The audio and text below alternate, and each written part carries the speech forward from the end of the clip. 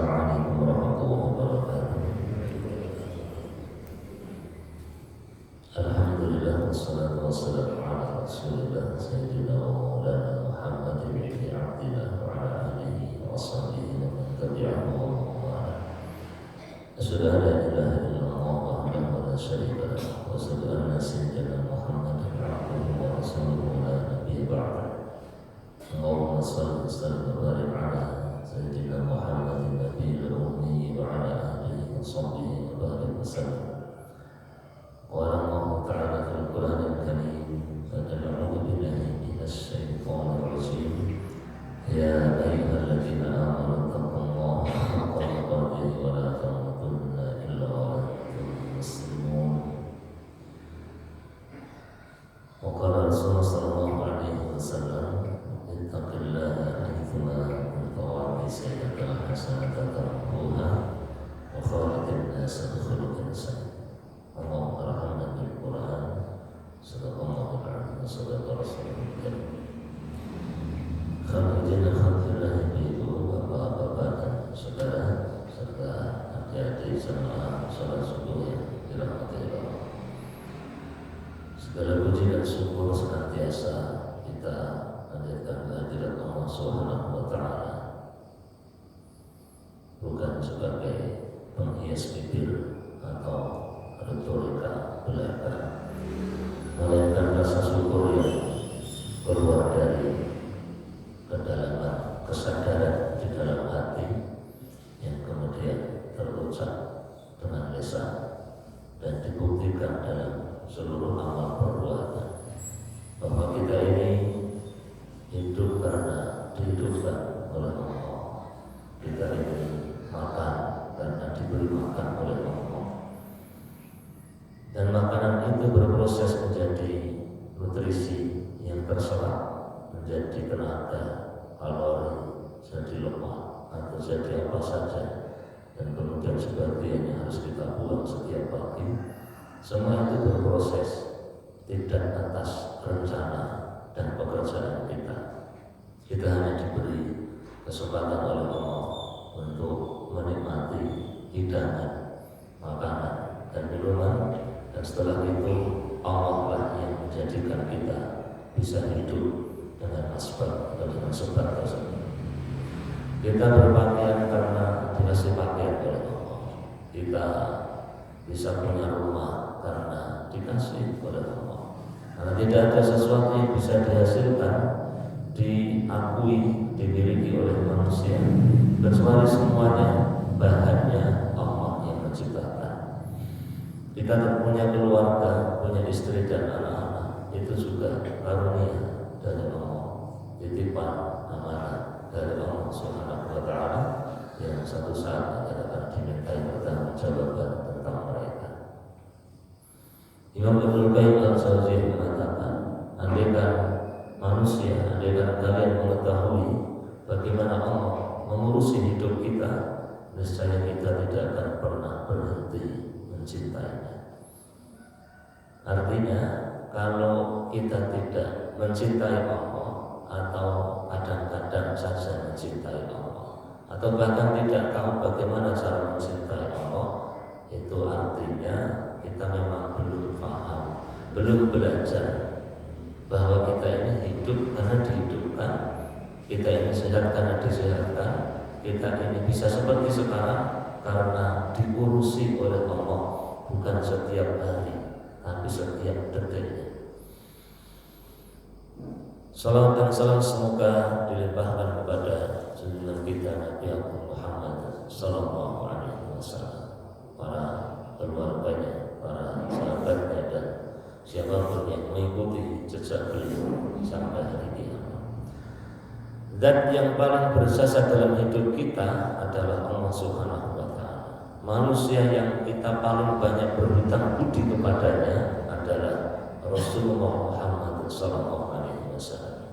Dengan perjuangannya, dengan dakwah beliau, dengan jihadnya, dengan tetesan keringat, air mata, dan kadang darah yang harus mengucur dari tubuhnya, kemudian Islam tersampaikan kepada manusia dan sebagiannya dibawa oleh para sahabat sampai ke tanah Jawa, sampai ke negeri kita.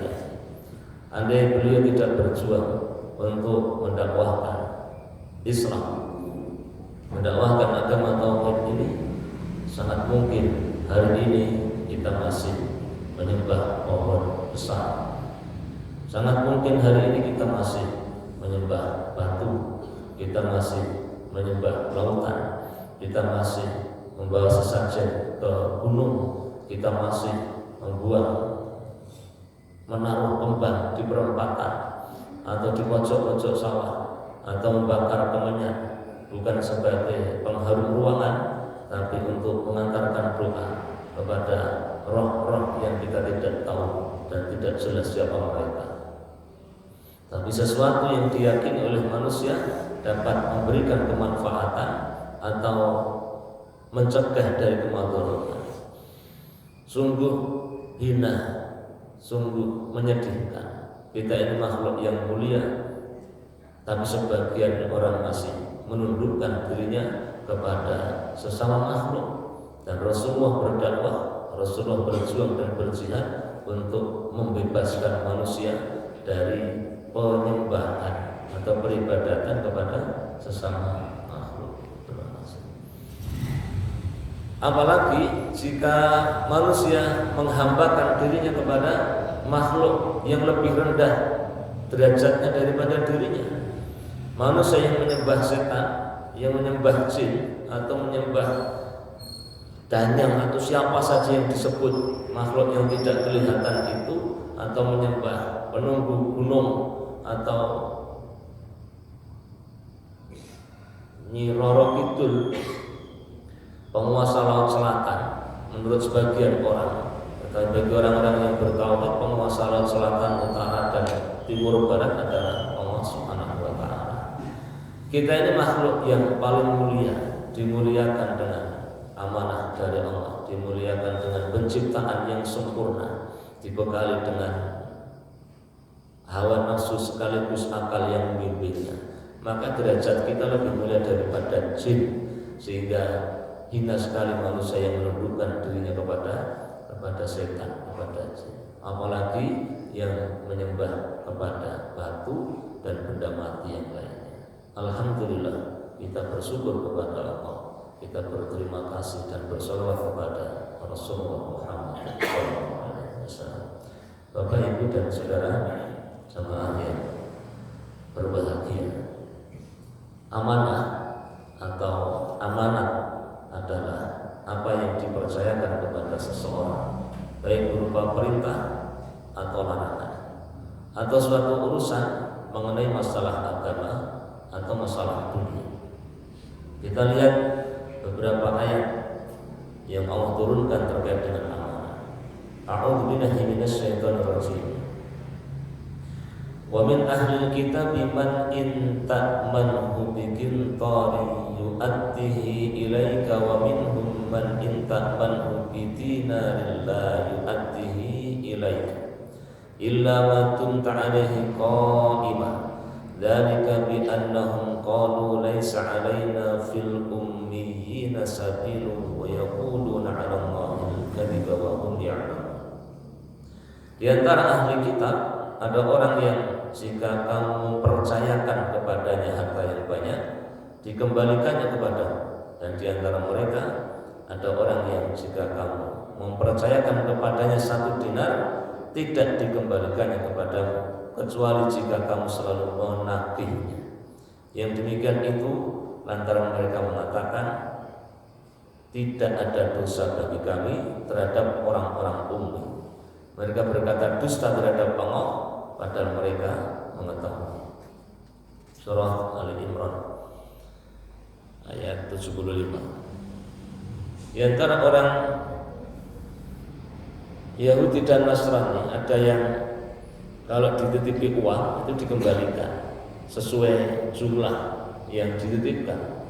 Tapi sebagiannya ada yang dititipi 1 dinar saja, itu tidak dikembalikan kecuali setelah ditagih berulang-ulang.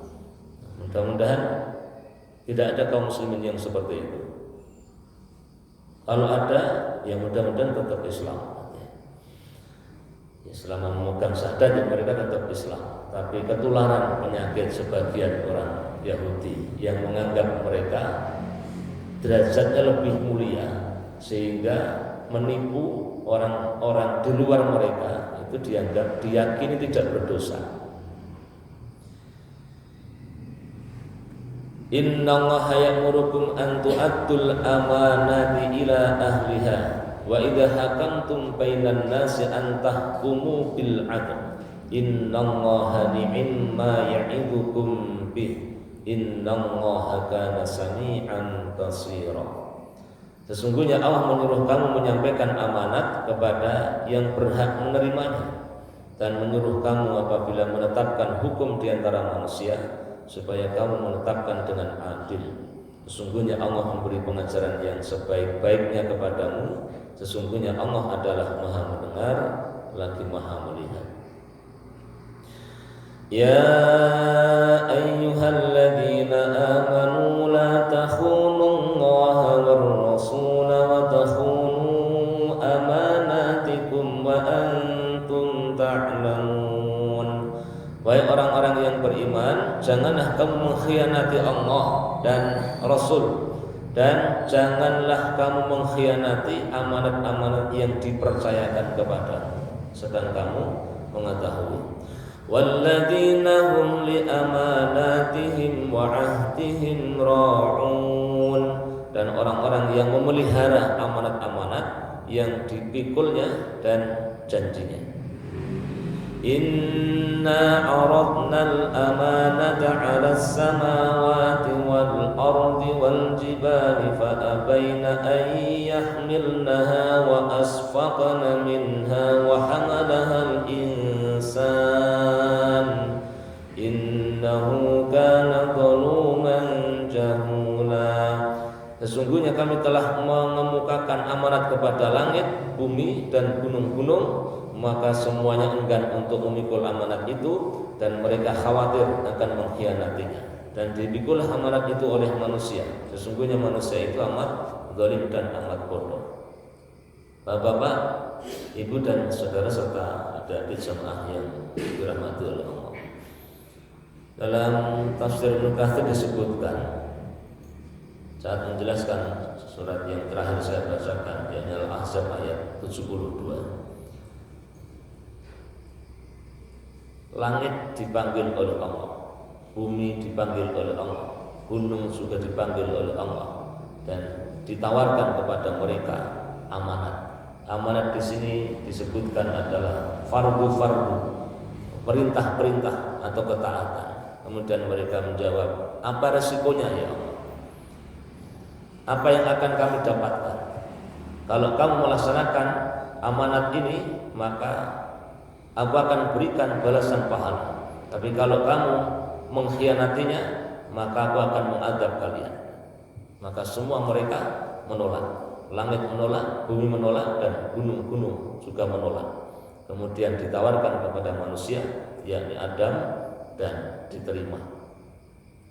Dan tidak lama setelah diterima, Nabi Adam lupa dengan amanat yang diperintahkan, yang diberikan kepada beliau, karena tergoda dan terbujuk rayu oleh kata-kata manis dari iblis. Kemudian tergoda untuk mendekati pohon yang dilarang, bahkan bukan hanya mendekat, tapi mengambil buahnya dan memakannya.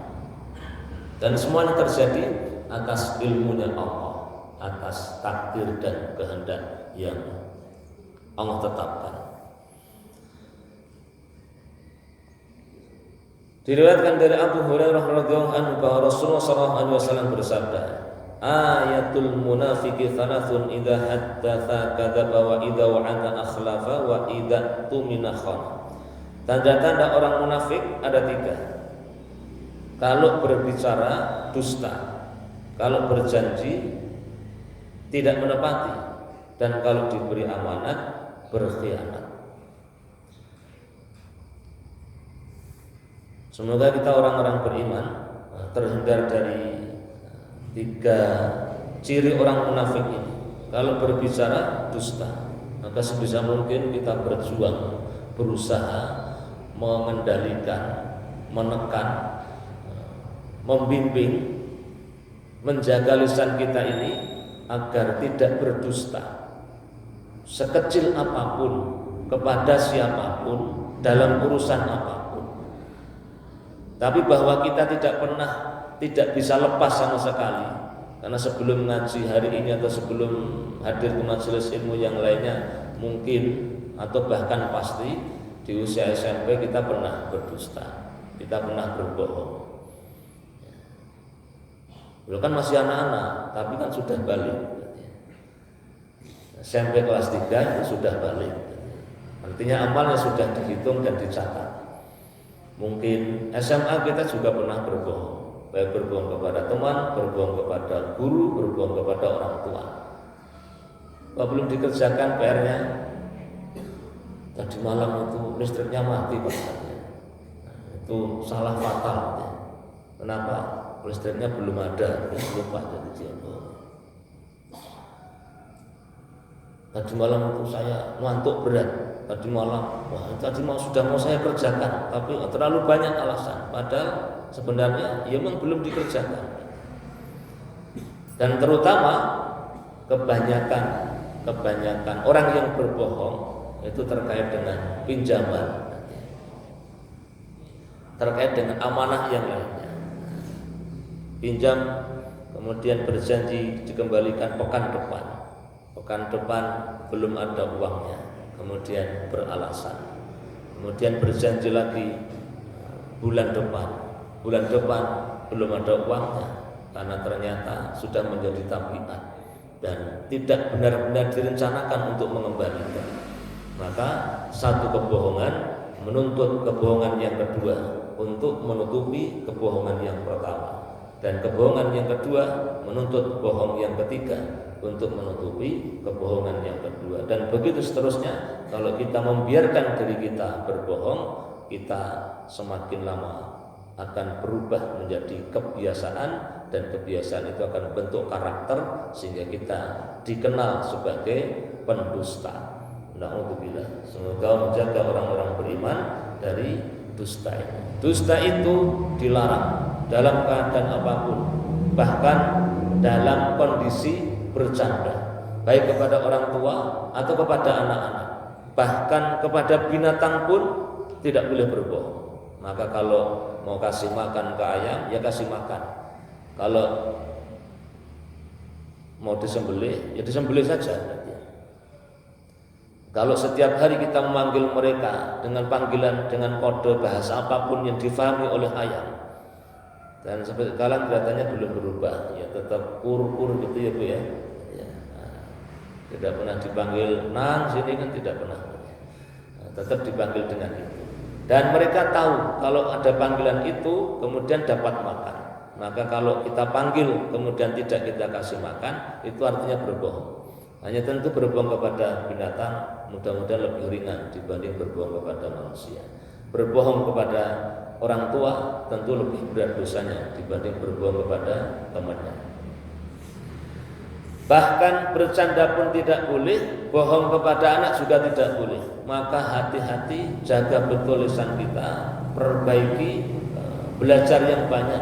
Karena potensi untuk berbohong ini memang luar biasa. Karena kita menghadapi situasi-situasi tertentu, anak minta jajan, anak minta mainan, itu berpotensi untuk mengkondisikan kita jadi berbohong. Saya sedang ditagih mobil remor, karena anak saya dua yang usianya terpaut hanya 1,5 tahun. Jadi satu menginginkan, yang satunya lagi pasti sama. Satu bilang pedang-pedangan, yang satunya pasti sama. Kalau tidak dibelikan dua, pasti jadi masalah. Maka terus terang di awal terhadap anak itu lebih baik daripada menjanjikan tapi tidak pernah ditunaikan, atau berbohong ya. mobil remote rapi, ya. Nah ini sudah kok rapi itu dari mana dalilnya? Ya. Padahal bagi anak itu bagus, ya. Mobil remote itu, wah itu nanti kalau dipencet sekali langsung rusak, nah, itu bohong juga. Ya. Dan bohong yang sering dilakukan biasanya tidak punya duit, ya. Tidak ada uang, ya. Tidak punya duit, tidak ada uang. Padahal di dalam rumah selalu ada duit. Ya katakan saja belum, katakan saja tidak. Kalau memang tidak diberikan ya tidak. Sejak awal tidak dan tidak boleh berubah. Tapi kalau memang mau diberikan, makanya menjawab itu tidak. Jangan terburu-buru. Baik jawabannya iya atau tidak. Itu musyawarah dulu, ya. Sebentar. Ya. Musyawarah dulu sama ibunya. Ini minta saja, minta mainan. Kapan terakhir beli mainan? 2 hari yang lalu. Harganya berapa? 30.000. Sekarang minta lagi. Karena anak-anak sampai usia mereka sebelum mereka dewasa sama sekali belum berpikir uang tuanya boleh duit dengan cara apa, bayar SPP, untuk beli beras, untuk bayar listrik dan yang lainnya, sama sekali mereka tidak punya pikiran itu. Dan tidak selayaknya kita memaksa mereka untuk ikut berpikir tentang urusan itu. Kita hanya perlu melatih kepada mereka bahwa tidak setiap keinginan harus dituruti. Maka memberikan sesekali dan menahan sesekali ini adalah cara yang tepat, insya Allah. Melarang sama sekali menjadi orang tua yang pelit, wallahu a'lam, menurut saya sudah tidak tepat. Membebaskan dan menuruti semua keinginan anak-anak ini juga tidak benar. Ada kalanya kita memberikan kepada mereka sesuai kemampuan yang kita punya.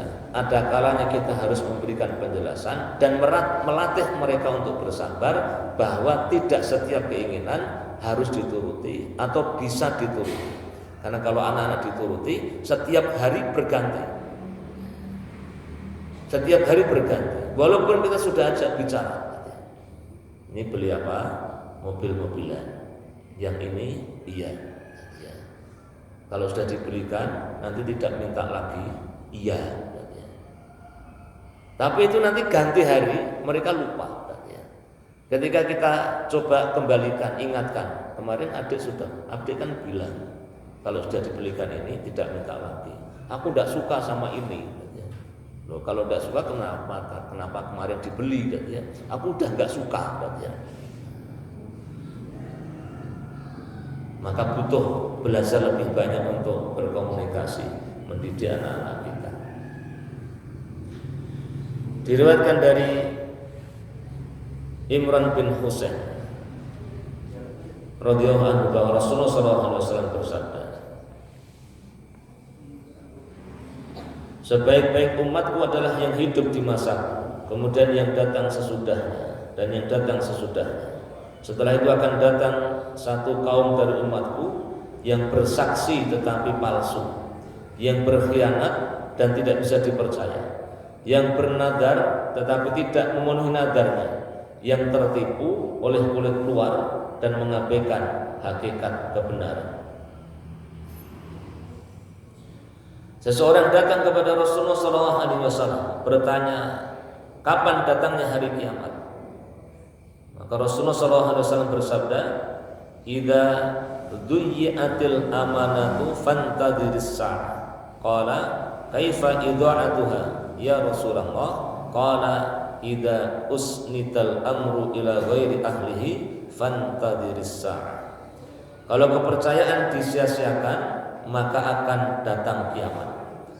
Dia bertanya lagi, apa yang dimaksud dengan menyia-nyiakan kepercayaan? Beliau menjawab, apabila suatu urusan diserahkan kepada yang bukan ahlinya atau kepada orang yang tidak berhak. Fantadhiris sa'ah, tunggulah datangnya. Itu adalah tanda kiamat sudah dekat. Hadis riwayat Imam Bukhari. Diriwayatkan bahwa Anas bin Malik radhiyallahu anhu berkata, di dalam setiap khutbahnya Rasulullah SAW tidak pernah tidak mengatakan, tidaklah beriman orang yang tidak dapat memegang amanat, dan tidaklah beragama orang yang tidak dapat dipegang janjinya. Hadis riwayat Imam Ahmad atau Tabrani dan Ibnu Hibban. Bapak Ibu dan saudara yang dirahmati Allah, banyak yang harus kita pelajari dan secara bertahap kita amalkan di dalam Islam. Ada sebagian orang yang tidak menjaga kewajiban sholat, tapi orangnya jujur. Pernah ketemu? Orangnya itu tidak sholat, tapi jujur. Kalau kerja amanah. Saya kenal seorang tukang batu, orangnya tidak merokok, angel keselin kerja. Kalau kerja itu orang tidak lereng-lereng, orang lereng-lereng. Kalau kesepakatannya jam 8, sebelum jam 8 dia sudah datang. Kalau umumnya pekerja itu jam 4 selesai, jam setengah 5 dia baru selesai. Istirahat jam 12, jam 1 mulai kerja. Sebelum jam 1 dia sudah datang, tapi tidak sholat. Tidak sholat. Orangnya tidak banyak ngomong, diem, tapi kerjanya jalan terus. Bahkan sering rewangnya itu, asistennya itu kewalahan, jadi sampai nunggu di mana aduannya, orang teko-teko ya. Tapi tidak sholat. Kerjaannya bagus. Kemudian kalau urusan uang itu ya tepat, tapi tidak sholat. Dan ada kalanya kita temukan ada orang yang sholatnya rajin, bahkan mungkin berjamaah, tapi nilai duit orang balik-balik, ngomongnya 3 hari sampai 13 hari tidak balik, ngomongnya bulan depan sampai bulan depan tahun berikutnya orang balik-balik. Kalau ngomong, kalau berjanji sering meleset, maka hendaknya kita hati-hati. Sampai senti, ada usah ditanyakan sampai senti, ya itu nanti kita terus banding-bandingkan. Maka yang sudah sholat tapi omongannya sering meleset, berusahalah untuk ditepatkan. Yang sudah sholat kalau hutang tidak segera mengembalikan, berjuanglah untuk menjaga diri dan kehormatannya, untuk urusan dunia dan akhirat kita, agar hutang-hutang kita itu segera dibayarkan sesuai akadnya. Dan yang sudah jujur tapi belum sholat, sholatlah. Yang menjaga amanah, yang kalau kerja itu sesuai amanahnya tapi belum sholat, ini berbahaya, maka segera sholatlah.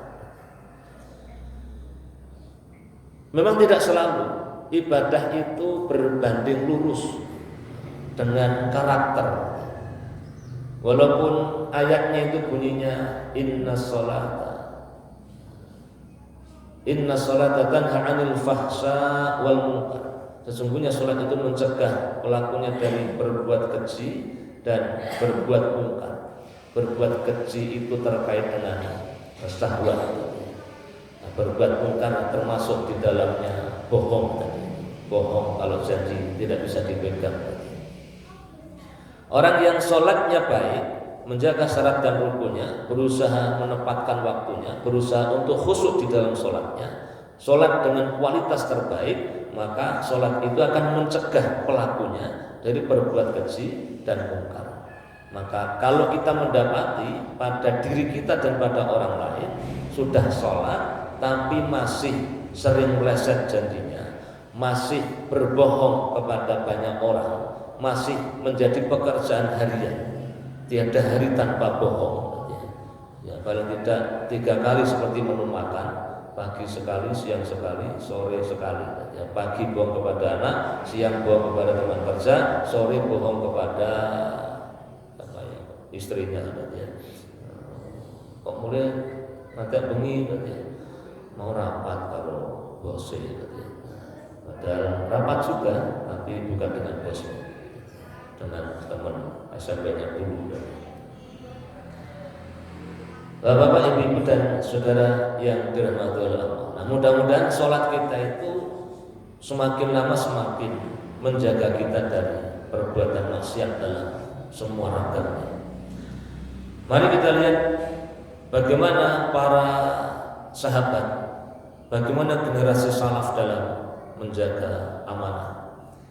Umar bin Khattab radhiyallahu anhu berkata, jangan mengagumi seseorang karena omongannya, tetapi kagumilah orang yang menunaikan amanat dan orang yang tidak suka melecehkan orang lain. Dialah orang yang patut dikagumi. Ali bin Abi Thalib berkata, kejujuran adalah kunci rezeki. Di waktu yang lainnya, Khalifah Umar bin Khattab berkata, "Lau atharat dabbatun fil Iraq la sa'alani Allahu anha lima lam tuslih lahat tariqa ya Umar." Andai kata seekor binatang jatuh terperosok di Irak, pasti Allah akan meminta pertanggungjawabanku. Mengapa tidak kamu perbaiki jalan untuknya, wahai Umar? Ini bukan ayat, ini bukan perkataan Nabi, ini perkataan Umar, sahabat terdekat kedua setelah Abu Bakar As-Siddiq radhiyallahu anhu. Orang yang khalifah yang sangat adil, orang yang sangat takut kepada Allah Subhanahu wa taala. Sebelumnya beliau adalah orang yang sangat zalim, menjadi salah satu di antara pimpinan Quraisy yang permusuhannya kepada Rasulullah dan kaum muslimin sangat keras.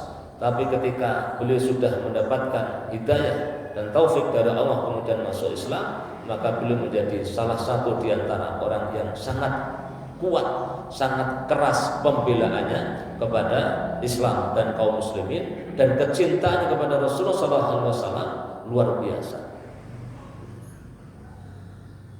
Saking takutnya kepada Allah saat beliau menjadi khalifah. Ini salah satu perkataan.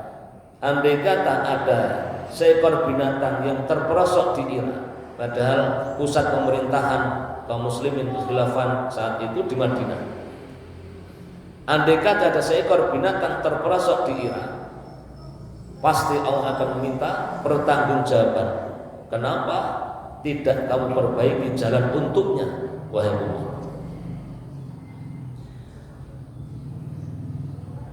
Kemudian di tempat yang lain disebutkan dalam banyak keterangan bahwa beliau sangat menjaga keluarganya. Saking takutnya kepada Allah, tidak boleh ada satupun di antara keluarga Umar yang menjadi pejabat negara. Jadi apapun, termasuk kerabat yang agak jauh, menantu atau om, pakde dan yang lainnya, tidak boleh. Saat beliau menunjuk 6 sahabat besar ketika sakit akibat ditusuk saat beliau sholat subuh oleh seorang munafik, kemudian beliau sakit beberapa hari, maka beliau menunjuk 6 orang sahabat besar untuk menjadi semacam bahasa sekarang tim formatur. Mereka diberi kewenangan, mereka diberi hak untuk menunjuk salah satu di antara mereka. Kalau Umar wafat, siapa yang akan menjadi pengganti?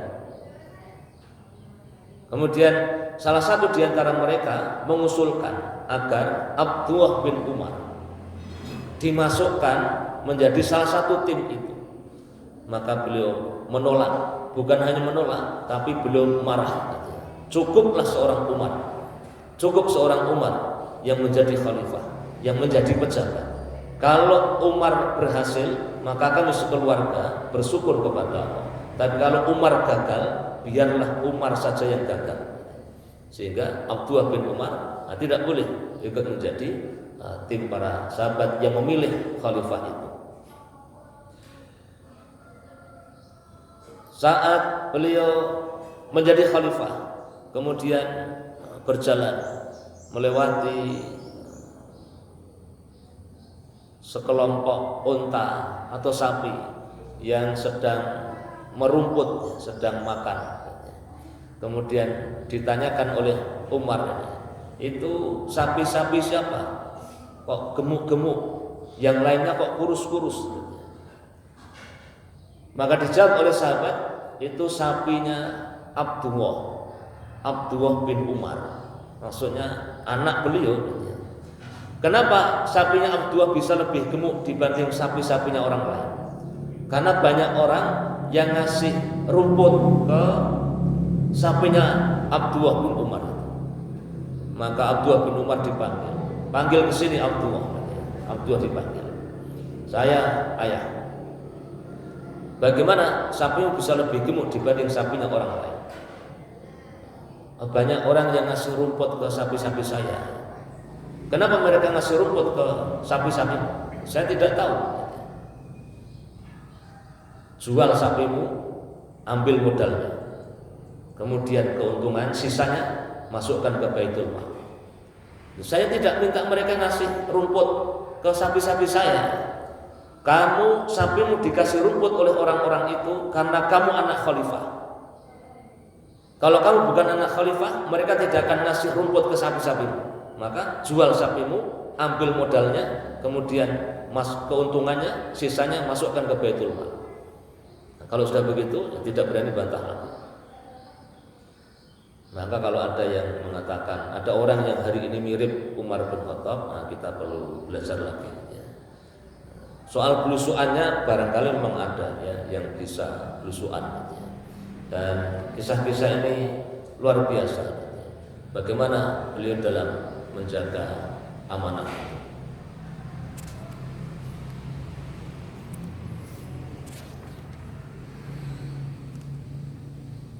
Ketika sedang berkeliling di malam hari untuk mengamati keadaan rakyatnya, Amirul Mukminin Umar bin Khattab mendengar pembicaraan seorang gadis dengan ibunya dari sebuah rumah sederhana di pinggir kota. Kisah ini masyhur, populer. Kartunnya ada, filmnya juga ada. Diceritakan di mana-mana. Mudah-mudahan pendengar semua pernah mendengarnya dan ini akan semakin menguatkan. Si gadis itu melihat ibunya mencampur air ke dalam susu. Kemudian dia berkata, "Wahai ibu, apakah ibu akan mencederai janji, menipu kaum muslimin dan mendustai Amirul Mukminin? Bukankah Amirul Mukminin melarang perbuatan seperti ini?" Ibunya balik bertanya, "Apakah Amirul Mukminin melihat aku melakukan hal ini?" Si gadis itu kemudian menjawab, "Jika Amirul Mukminin tidak melihat kita, tetapi Allah penguasa alam semesta ini pasti melihat kita." Nah, ini diantara hasil belusuan Umar, itu bisa mendengar perbincangan atau dialog seorang gadis dengan ibunya dari dalam rumah. Mendengar dialog ini, Umar langsung mendatangi rumah yang menjadi sumber suara untuk mengetahui siapa gadis itu sebenarnya. Dan ternyata dia adalah anak seorang penjual susu. Maka Umar segera balik ke rumah, kemudian cari anak-anaknya yang laki-laki yang sudah dewasa. Siapa di antara kalian yang siap menikah? Saya menemukan anak gadis penjual susu yang sangat salihah. Siapa di antara kalian yang mau menikah? Yang siap untuk menikah? Nikahi gadis itu. Pertimbangan menikah itu karena mendengar satu kali dialog, belum melihat orangnya, belum melihat wajahnya, langsung diputuskan dengan basirohnya. Ini sumber yang baik, ini bibit yang bagus. Maka langsung pulang ke rumah. Anaknya saling berpandangan, menunjukkan ketidaksiapan. Demi Allah, kalau tidak ada satupun dari kalian yang mau menikahi, aku sendiri yang akan menikahinya. Nah, ini ya, yang ini jangan ditiru dulu ya. Yang ini jangan ditiru dulu karena tabiat kita, kebiasaan kita agak berbeda. Kalau di Arab itu laki-laki istrinya lebih dari satu itu biasa, bedanya itu. Jadi malah yang istrinya satu itu yang tidak biasa. Nah, kita ini yang istri satu itu biasa, yang lebih dari satu tidak biasa. maka perlu belajar lebih banyak lagi. Demi Allah, kalau tidak ada dari kalian yang mau menikahinya, aku sendiri akan menikahinya. Nah, kemudian Asim mengajukan diri, baik ayah, insya Allah saya akan menikahinya. Maka hari berikutnya ya segera ditunaikan. Asim diajak, ini kalau di film Umar bin Khattab itu ditampilkan, ditampakkan. Asim diajak ke rumah si anak gadis itu dan langsung dilamar. Tidak pakai macam-macam berarti ya. Tidak ada WA-an, tidak ada ya, Facebookan, tidak pakai itu berarti. Langsung dilamar dan kemudian dinikahkan. Nah, dari si wanita itu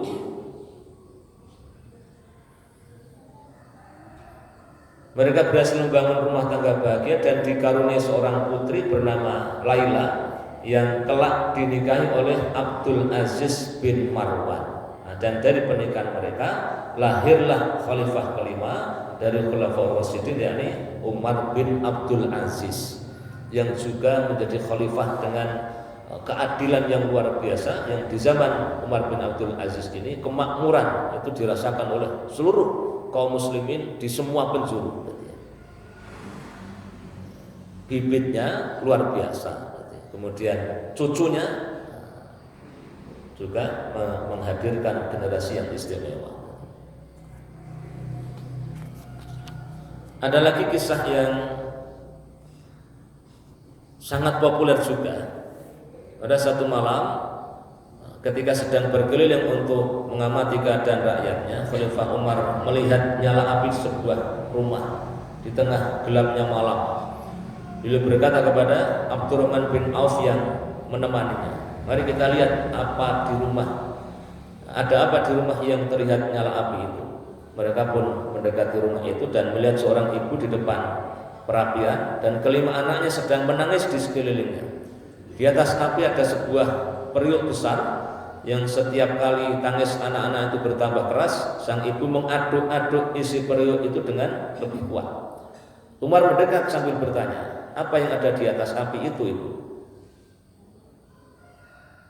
Periuk itu berisi batu-batuan. Aku letakkan di atas api untuk membujuk anak-anakku sampai mereka tidur, untuk mengelabui anak-anakku sampai mereka tidur. Maka Umar berkata, mengapa itu terjadi? Apa masalah ibu? Wanita itu menjawab, Allah akan menghukum Umar, Amirul Mukminin. Dan wanita itu tidak tahu dengan siapa dia bicara, karena gambar khalifah kan tidak dipajang, tidak ada fotonya, sehingga sangat mungkin orang mengetahui, sangat kenal dengan nama, tapi belum pernah ketemu orangnya. Umar bertanya, apa dosa Umar?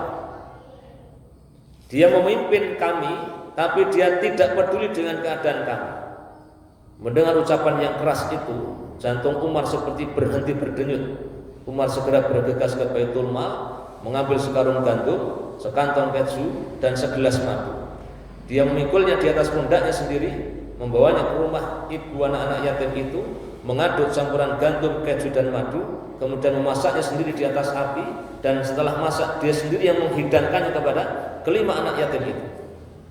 Melihat hal itu, ibu dari anak-anak itu berkata, demi Allah yang mengutus Muhammad dengan kebenaran, sungguh Anda lebih dapat dipercaya sebagai khalifah daripada Umar. Umar berkata kepadanya, datanglah ke tempat Umar besok pagi, aku akan berbicara kepadanya tentang keadaan ibu. Umar pergi dan bersembunyi di belakang batu besar untuk melihat anak-anak itu menikmati makanan. Abdurrahman bin Auf mengajaknya pergi. Mari kita pulang ya Amirul Mukminin, udara sangat dingin. Umar menjawab, demi Allah saya tidak akan pergi sebelum melihat anak-anak itu tertawa sebagaimana tadi mereka menangis ketika saya datang. Anak-anak itu pun makan sampai kenyang, mereka tertawa riang dan akhirnya tertidur. Dengan hati lega, Umar dan Abdurrahman meninggalkan mereka. Selanjutnya Abdurrahman bin Auf menceritakan bahwa dini hari itu mereka langsung ke masjid dan mengimami sholat subuh bersama kaum muslimin. Abdurrahman berkata, demi Allah yang tiada Rabb selain Dia, pagi itu aku tidak bisa mendengar dengan jelas bacaan Umar, karena Umar membaca dengan tangis yang tertahan. Ketika pagi tiba, ibu anak-anak yatim itu pergi ke masjid dan melihat orang yang datang ke rumahnya tadi malam sedang duduk bersama dua orang, yakni Ali bin Abi Thalib dan Ibnu Mas'ud. Yang keduanya menyebut orang itu dengan sebutan Amirul Mukminin. Maka gemetarlah si ibu, barang yang dibawanya terlepas dari tangannya. Dia sangat ketakutan. Umar berkata menenangkannya, tidak apa-apa, tidak usah takut. Tahukah ibu mengapa saya mengundang ibu ke sini? Saya ingin membeli kedzaliman yang telah mendolimi ibu selama ini. Wanita itu berkata sambil menunduk, maafkan saya, wahai Amirul Mukminin. Umar berkata, saya membeli kedzaliman itu dari ibu dengan 600 dirham. Ali bin Abi Thalib menulis tanda terima. Nah, jadi ada kwitansi. Dan Ibnu Mas'ud menyerahkan uang 600 dirham kepada wanita itu. Umar berkata kepada orang-orang yang hadir di situ, kalau besok aku mati, letakkan kertas ini di kafanku agar aku dapat membawanya menghadap Allah. Bapak Ibu dan saudara yang dirahmati oleh Allah, beliau itu sudah mendapatkan jaminan surga. Sejak Rasulullah masih hidup, Rasulullah sudah mengabarkan bahwa Umar termasuk al-asra al-mubasyiruna bil jannah, 10 orang yang mendapat kabar sebagai penghuni surga, dan kabar itu diterima, didengar saat mereka masih hidup. Tapi jaminan itu tidak menjadikan beliau berleha-leha, tidak menjadikan beliau membusungkan dada. Justru beliau semakin takut kepada Allah Subhanahu wa taala terhadap amanat-amanat dan perintah-perintah serta tanggung jawab yang beliau emban di atas pundaknya. Rasa takutnya kepada Allah itu satu, hanya satu yang beliau temukan.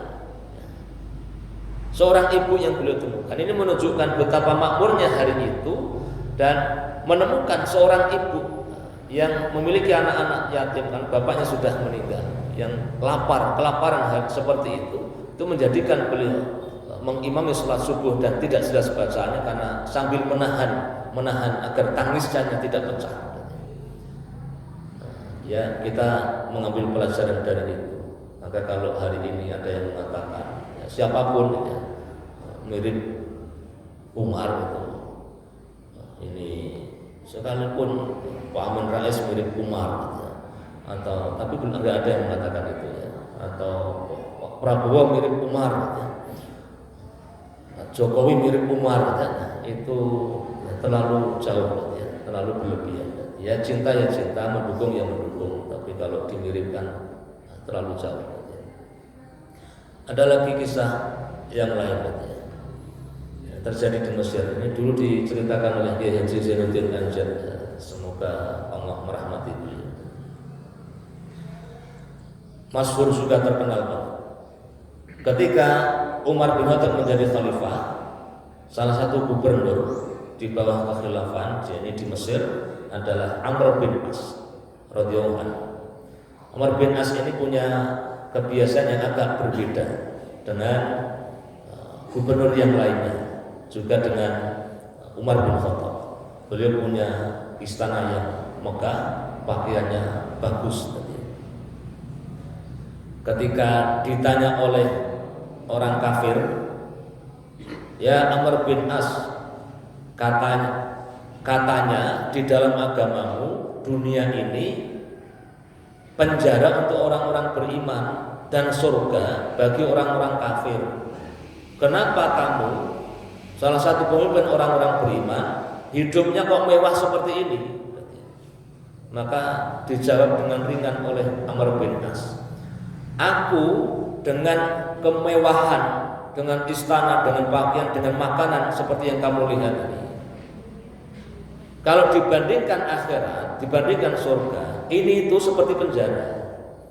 Nah, sedangkan kamu yang hidup susah, karena ini orang kafirnya itu miskin, sedangkan kamu yang hidup susah seperti sekarang ini di dunia, itu kalau dibandingkan neraka, kesusahanmu di dunia ini seperti surga. Itu jawaban cerdas dari sahabat ya. Jadi wong Islam sugih ya itu. Tapi kemudian yang menjadi kisah, yang menjadi pelajaran yang kita ambil tentang bagaimana menjaga amanah ini. Amr bin As punya program Dinas Tata Kota Provinsi Mesir itu punya program untuk membangun masjid jami, masjid besar. Dan setelah diukur-ukur ya, melewati sebuah sepetak tanah yang di atas petak tanah itu ada bangunan reot.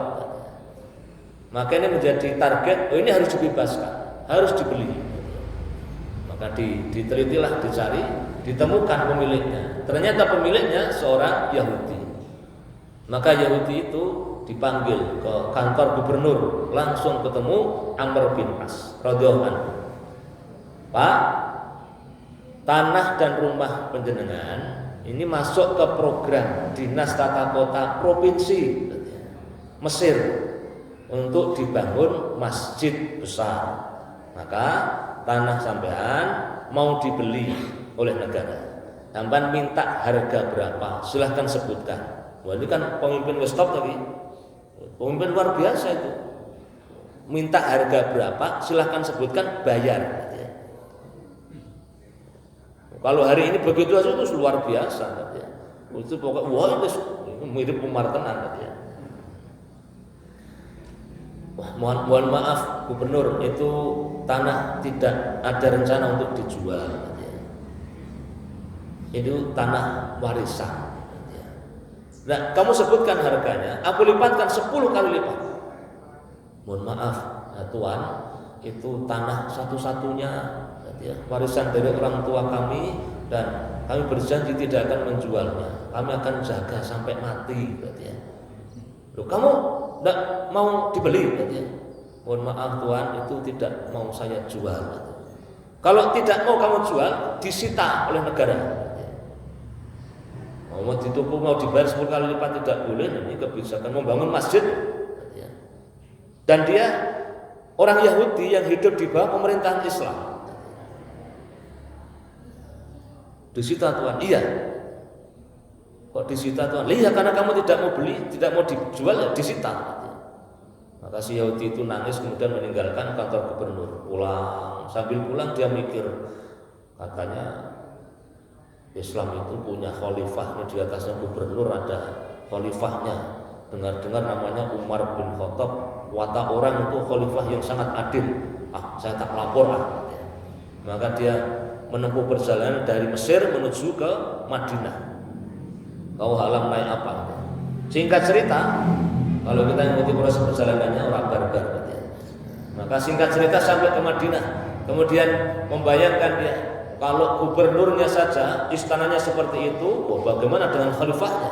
Kalau pakaian kebesaran gubernurnya seperti itu, mewah itu, bagaimana dengan khalifahnya? Pasti luar biasa. Maka dia nyari ke tempat banyak orang, ketemunya masjid, tanya ke orang, di manakah istana Umar bin Khattab? Ini istananya.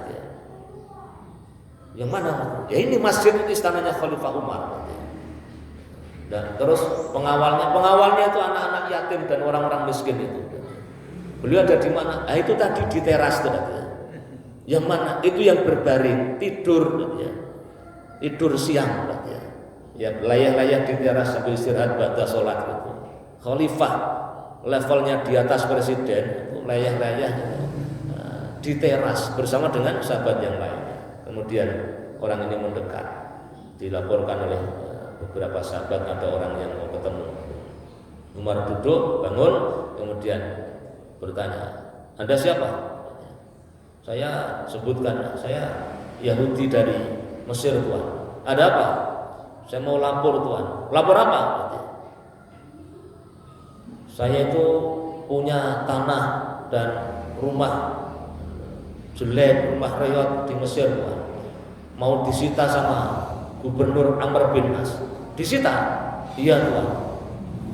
Alasan apa rumah dan tanah kamu disita? Katanya mau dibangun masjid besar. Oh gitu. Tuh, kamu lihat di depan sana itu ada tempat sampah. coba cari tulang yang agak besar, bawa ke sini. Untuk apa Tuhan? Ambil saja, bawa ke sini. Kemudian orang itu sambil bingung tapi tetap mengikuti katanya. Dia nyari di tempat sampah ada tulang yang agak besar, diambil, kemudian diserahkan kepada ini khalifah. Kemudian kalau Umar menghunus pedang, pedangnya dikeluarkan, tambah kaget katanya. Lagi apa kita dia? Kemudian tulang itu digaris dengan ujung pedangnya, satu garis lurus seret. Gitu. Kamu bawa ini ke Mesir, serahkan ke Gubernur Amr bin As. Katakan dari Amirul Mukminin Umar bin Khattab. Ini saya serahkan Tuan. Iya. Nah, terus nanti gimana cara? Tidak usah tanya macam-macam, kamu bawa saja. Dia paham apa yang saya maksud. Baik Tuan, terima kasih. Maka perjalanan ratusan kilometer itu untuk Balung, dapat tulang. Dia bawa pulang sambil bingung, dia mikir, ini gua apa ya? Buat apa nih tulang seperti ini? Buat apa? Datang jauh-jauh hanya dikasih tulang. Gimana saya mendapatkan keadilan? Tapi karena barangkali ada sesuatu yang rahasia istimewa di kalangan para pemimpin Islam. Maka dia pulang, singkat cerita nyampe di kantor Gubernur Amr bin As. Minta izin masuk, mau dihalangi petugas, katakan saya dari Madinah sudah menghadap Khalifah Umar. Ini diminta untuk menyerahkan kepada Gubernur Amr bin As. Langsung dibuka, dengar nama Umar itu selesai, beres kabeh ya. Langsung ketemu Gubernur Amr bin As. Tuan, mohon maaf, saya baru bisa sowan lagi ke tempat panjenengan. Selama sekian waktu, sekian hari, bahkan ini lebih dari sebulan, saya menempuh perjalanan kemarin menghadap Khalifah Umar. Khalifah Umar? Iya Tuan. Kenapa kamu ke sana? Nah, saya lapor. Lapor apa? Ya lapor tentang masalah saya, kan tanah saya dengan sita. Nah, terus apa? Jawab beliau. Beliau titip ini untuk Tuan. Tulang itu dikasihkan. Begitu menerima tulang yang di atasnya ada garis lurus, Amr bin As gemetar, ketakutan. Kemudian panggil kepala dinas tata kota, kemudian pimpinan proyek masjid itu, panggil semua, proyek masjid batal, pindah ke tempat yang lain. Tambah bingung lagi nih Yahudi ini. Setelah perintah instruksi dikeluarkan, masjid batal. Si Yahudi itu kemudian bertanya, maaf Tuan, ini ada apa? Lah kamu yang lapor katanya. Lah ini maksudnya apa katanya? Cuman dapat tulang saja kok ramai kayak begitu tadi. Nah, ini tentu kisah lengkapnya tidak begitu ya, sebagiannya tambahan. Kamu tahu tidak maksud pesan Khalifah Umar ini? Saya tidak tahu Tuan. Beliau berpesan seolah-olah beliau berkata, wahai Amr bin As, mumpung kamu masih hidup, belum menjadi tulang belulang seperti ini, berlaku luruslah seperti garis lurus di atas tulang ini. Bersikap adillah. Kalau kamu tidak bersikap adil, kamu tidak berlaku lurus, aku Umar bin Khattab yang akan meluruskanmu dengan pedangku. Siapa yang tidak ngeper digitukan sama Umar kan? Setan saja minggir ketemu Umar, maka batal semua. Nah, jadi kalau kita membayangkan sekarang ada Umar, ya, Umarnya di Jakarta, kemudian gubernurnya di Jawa Tengah, kelihatannya wadah selesai. Wadah selesai. Jangankan puluhan atau ratusan orang, kami tidak mau ini di tanah kami dibeli, apalagi disita, dibeli aja tidak boleh. Kami khawatirin nanti pertanian akan mati, tidak ada sumber kehidupan, air kami akan rusak. Kemudian mayoritas penduduk di situ menolak. Nah, kalau gubernurnya di situ Amr bin As, kemudian orang-orang ini lapor ke Khalifah Umar yang ada di Jakarta, nah, maka selesai. Bendungan batal. Untuk apa? Untuk siapa proyek itu kan? Nah, tapi karena memang ini jauh, yang di sana itu bukan Umar, adanya Pak Jokowi, yang di sini bukan Amr bin As, adanya Pak Gubernur Ganjar. Ya, seperti itu yang terjadi. Semoga Allah menjaga saudara Muslim kita yang ada di Wadas, dan semoga Allah mengampuni para pejabat yang membuat kebijakan yang mungkin tidak adil. Bapak Ibu dan saudara yang berbahagia, demikian beberapa kisah tentang bagaimana menjaga amanah, dan jangan hanya diarahkan kepada Pak Jokowi dan Pak Ganjar, karena kita pun akan ditanya oleh Allah tentang amanah-amanah kita. Hanya memang mereka pasti lebih berat, pertanyaannya lebih panjang dan urusannya lebih besar. Kita akan ditanya tentang istri, tentang anak-anak, yang ketua RT, ketua RW juga akan ditanya tentang keluarganya, yang Kapolsek akan ditanya tentang anggotanya, dan juga keamanan di tingkat kecamatan itu, yang lurah akan ditanya tentang warganya yang mungkin jumlahnya ribuan, dan begitu seterusnya. Wah, ini mana kayak orang semangat jadi pejabat? Ya tidak apa-apa kalau tidak semangat jadi pejabat. Makanya Ustadz Abdul Somad itu tidak mau dicalonkan sebagai calon wakil presiden itu salah satunya karena ini. Bukan berarti menurut rasa jadi pejabat, tidak. Ini tadi kita dalam pembahasan yang lain. Bapak Ibu dan Saudara yang dirahmati Allah, 1 menit, itulah sudah tepat jam 6, sudah masuk waktu suruh. Demikian yang bisa saya sampaikan. Terima kasih atas perhatian. Mohon maaf atas segala kekurangan. Billahi taufiq wal hidayah. Wassalamualaikum warahmatullahi wabarakatuh.